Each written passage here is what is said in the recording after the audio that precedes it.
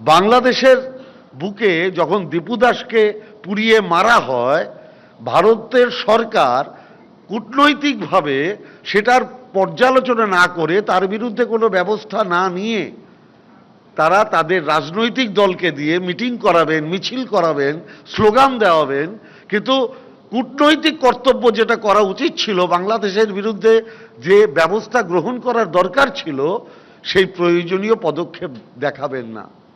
এবং সমস্ত দেশে আপনি লক্ষ্য করে দেখবেন, ইতিহাস বলে যে সংখ্যাগরিষ্ঠ মৌলবাদী তাদের নিজেদের কাজে বরাবর সেই দেশের যারা সংখ্যালঘিষ্ঠ মৌলবাদী তাদের ব্যবহার করেছে। এটা ইতিহাসে বারংবার হয়েছে। আপনি যদি বলেন বিজেপি তাহলে কিভাবে ব্যবহার করছে, দেখুন বাইরের রাজ্যে বিজেপি মিমকে ব্যবহার করছে। পশ্চিমবাংলার বুকে 2021 সালে কাদের ব্যবহার করা হয়েছিল? আইএসএফকে। 2026 সালে 26 সালের বিধানসভা নির্বাচনে কে ব্যবহৃত হবেন সেটা বাংলার মানুষ নিশ্চিতভাবে আগামী দিনে দেখতে পারবেন। এটা যারা মৌলবাদী শক্তি, এটা তাদের পরিকল্পনা। এবং এখন দেখুন না, ভারতবর্ষের বুকে ইতিহাস কি বলে।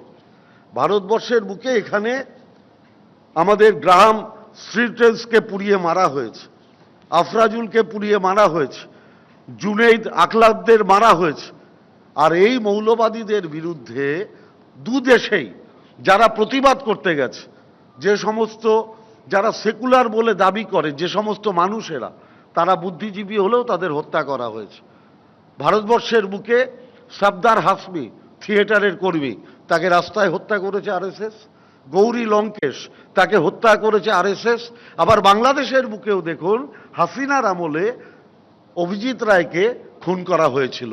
অর্থাৎ যারা প্রতিবাদ করেছে তাদের প্রত্যেককে খুন করা হয়েছে।